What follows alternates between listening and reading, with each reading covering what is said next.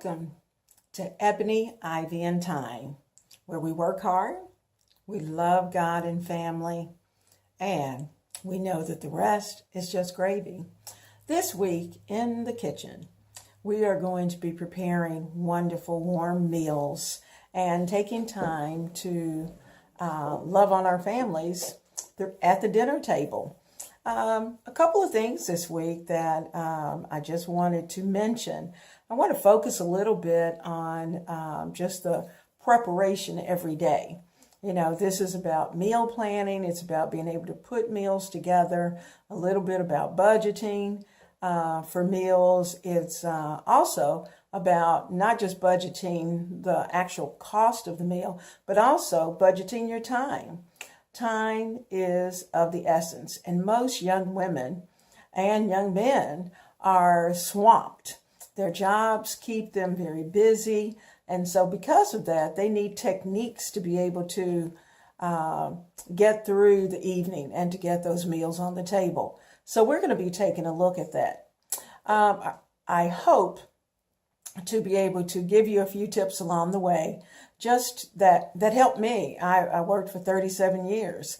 And so with 37 years, a husband that traveled an awful lot, and children who were always on the go, I needed a method. And so everyone needs to develop their own method and routine.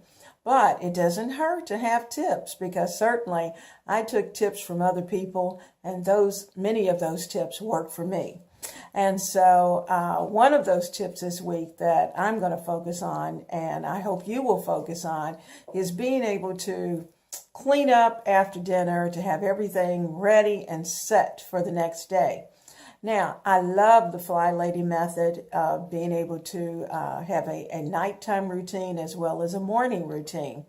I didn't call it the Fly Lady method, but it was just a routine that I fell into. It's making sure each morning that I knew exactly what I was going to put on, and always had a backup outfit just in case I changed my mind or the weather changed. And I made sure that when I first got up that I was cleaned up and ready to go, because you never know what can happen through the day. And you may have to take off and to travel or to take your children somewhere. We've had that to happen over the past week, of where we had to get up, we had to be ready, and we had to be ready to hit the road. Also, a tip in the evening, as you're cooking, take the time to put your dishes in the dishwasher if you have a dishwasher, or to wash them up if you don't have a dishwasher. Wash them by hand as you're going, so that by the time the dinner is ready to go on the table, your kitchen is pretty clean. And so once dinner is over with, it's a quick cleanup, and you're ready to move on to the rest of your evening routine. And you certainly want to have plenty of time to spend with your family. Spending that valuable time is the best time you can ever take.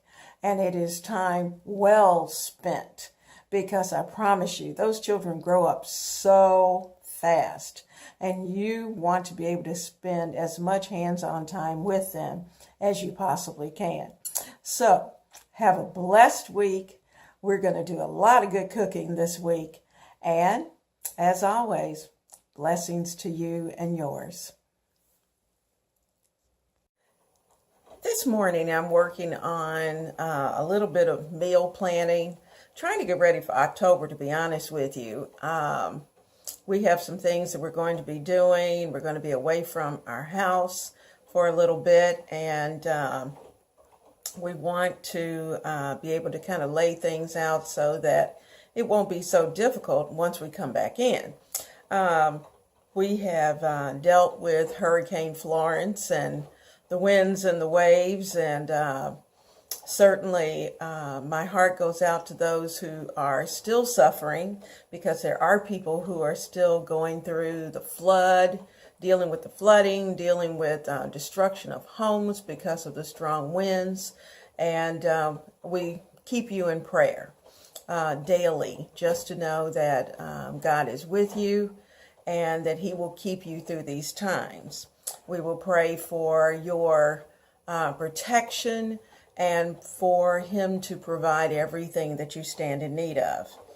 just know that there are people always around the world who are looking at what's going on, perhaps not directly in your backyard, but there are those who keep you in their hearts and in their thoughts. And certainly I am doing that. Today and this week, we're going to work through some meals that I haven't cooked in a little while. And I'm going to be roasting a chicken, and I'm doing the technique that I absolutely love from the Barefoot Contessa. Now, while I don't claim to be the Contessa, I am certainly barefooted today because I just want to be comfortable. But Barefoot Contessa has a style of doing chicken where she opens a whole chicken and she lays it out on a cooking sheet. And so she roasts the chicken that way. And I like doing it like that because it cuts the time that it takes for that chicken to cook.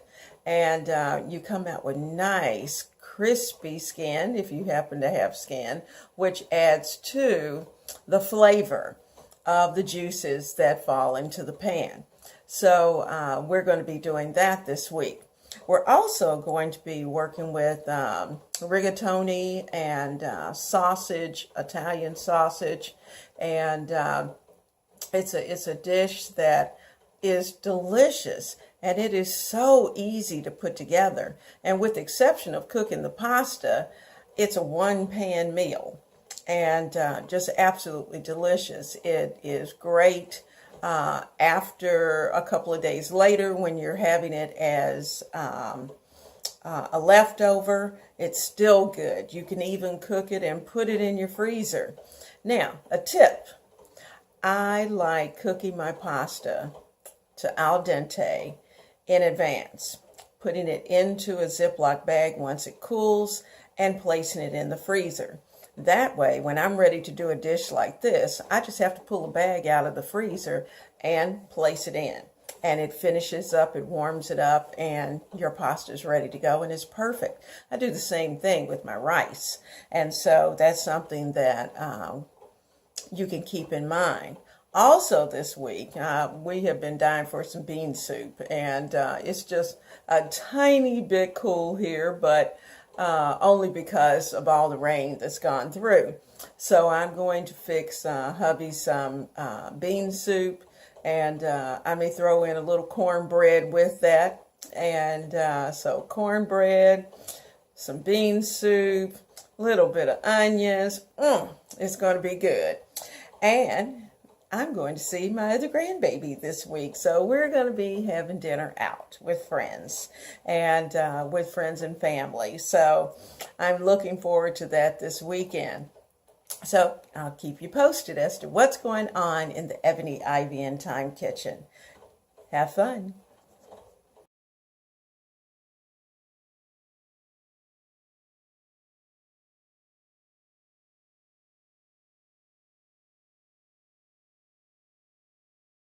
All right, we've got potatoes boiling. We are going to prepare garlic potatoes. I'm not mashing them, and it's going to be garlic potatoes with a little twist. I'm going to add in some green peas that are going to be served alongside of our chicken tonight. So the potatoes are hard boiling.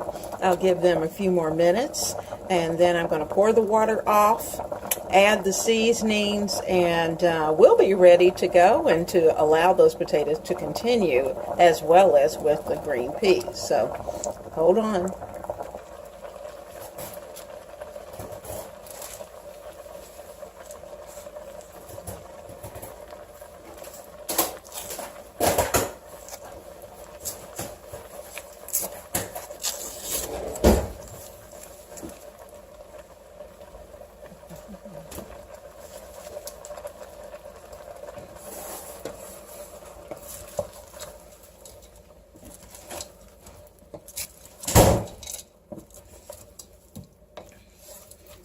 Okay, I've thrown in about a half stick of butter, and I'm going to allow that to, there's just a smidget of water still left in the bottom of the pot. And what I'm going to do is let that butter melt. The heat from the potatoes will take care of the peas. And I'm going to add in, I have a teaspoon of garlic. I've got black pepper. I've got a little onion powder and a little bit of salt. So I'm going to add those in.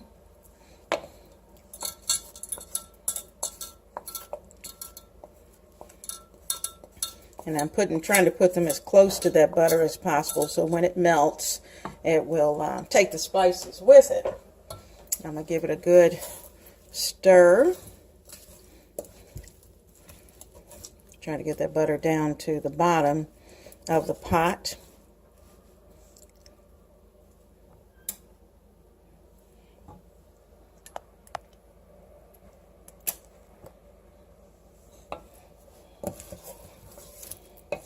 The heat's still on. Then I'm going to put the top on this pot and let it sit. And just let everything get nice and toasty.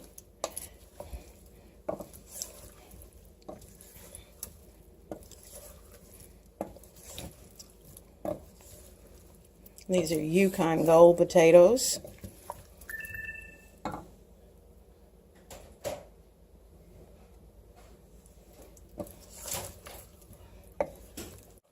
Okay, I did add just a teaspoon of garlic powder just to kick up the garlic flavor. And you'll notice that the peas are nice and green. There's a little bit of sizzle down in there. And within the next couple of minutes, we'll be ready to actually serve up our plates.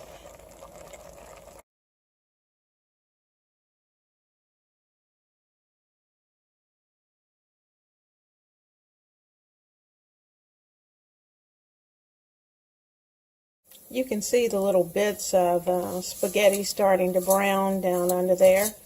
And I have to keep them moving because if I don't, they will burn, and we don't want that to happen. So I'm just kind of every, I guess about a minute or so, giving it a good turn. And we'll be able to see the change in color.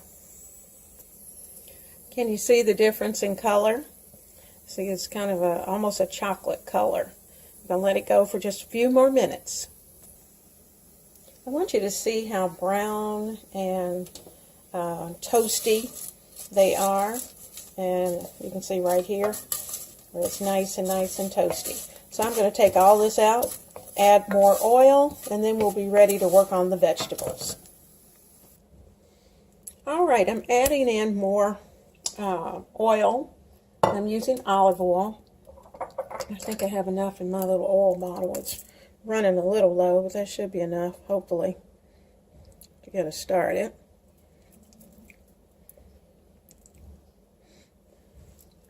Okay, and I'm going to throw in some onions and celery and carrots.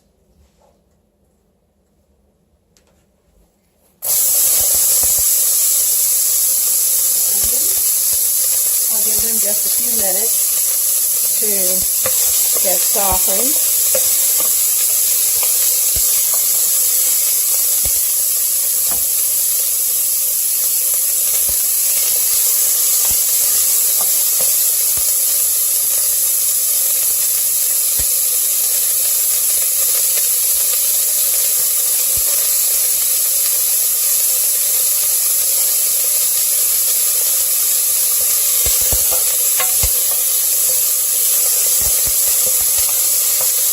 Okay, I'm going to add in the celery and the carrot.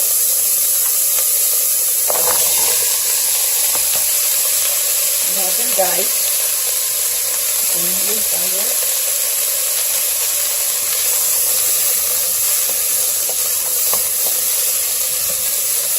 I'm going to, I like Mrs. Dash. Has a lot of good flavor to it. I'm going to sprinkle in about a tablespoon or so of Mrs. Dash. And since Mrs. Dash doesn't have any salt, I'll add in some salt also.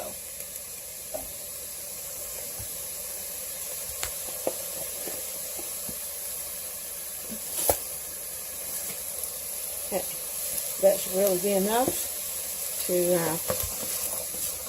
take care of this part. So let's let this cook down just a bit. Let them get nice and soft.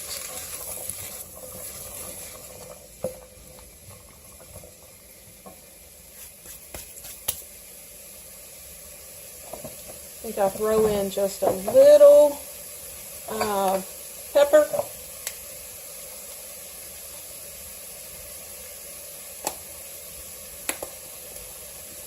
Sprinkle some pepper. We need a little garlic powder, and I'll also use a little fresh garlic, but I won't put that in right now. About a half teaspoon.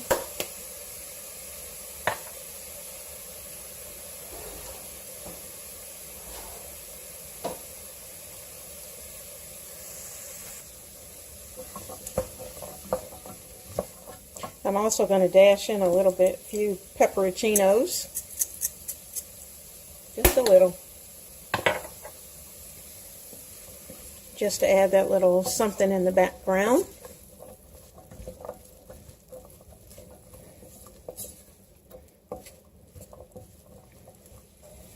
And I'm going to let that simmer for a minute. Now, I save vegetable broth. So that broth, or the liquid that I cook my vegetables with, such as potatoes, or if I'm fixing carrots or whatever it is, I usually save that broth. So when I'm fixing a soup, I freeze it and throw it into the pot to add a little extra flavor. And today I'm going to be using two quarts of potato water, where I have cooked my potatoes previously, and I'm going to throw this into the mix. Here's one of the containers of potato water. I just kind of tossed it in. You'll see where it's melting. And since this soup is going to cook slowly, I'm going to let this melt, and I'll add the other one in once it's done that, and then start to add everything else. Well, now you see both containers in the soup pot, and I'm going to let them continue to melt, and we're ready to go. I have added a 28-ounce can of tomatoes, and I'm going to let that simmer for a few minutes because the carrots still need, of course all of it will still need to cook and come together. But I was thinking, I looked through the refrigerator from this week. I had, remember the other night we had the garlic potatoes with the peas. I'm going to add those into the mix because they've got flavor already. I'm going to put those in. I had the leftover chicken. I'm going to add it. And later on, if I think I need more vegetables, then I'll add in about half of a frozen bag of mixed vegetables. I can't talk today. So I'm going to bring this to a boil and see where we are. I'm adding in 2 tablespoons of chicken bouillon. And I'm going to add the chicken in just a moment and put the top on it and let it cook. But I know that bouillon's going to add a little extra chicken flavor, which it probably will need. I have the drippings and all of that from where I roasted the chicken. All that's going to go in there as well. Okay, I'm adding some of the chicken with the broth.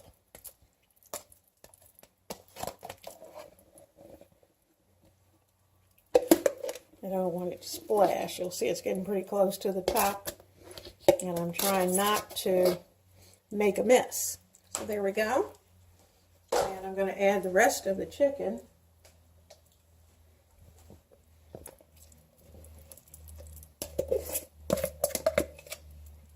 Okay. close this baby up. Well, actually, I'll probably let it cook for a little while without a top and let some of this cook down. And then I will add more seasoning if needed.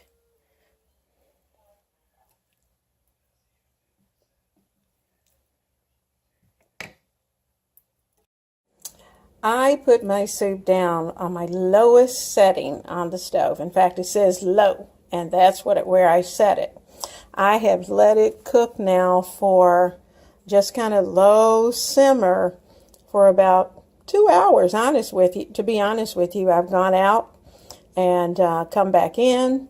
Once I got back in, as you can see, I added the noodles that I had cooked earlier. And it is ready. It looks delicious. I did not have to add any more seasoning. And tonight, I had thought I might do cornbread, but as of this moment, I think I'm going to have some crackers on the side, and that's going to be it. We are just going to enjoy bowls of soup and probably add some little green onions on top. I may even add a little bit of Parmesan just to add to the mix and sprinkle it. I'll show you what it looks like when we're ready to serve.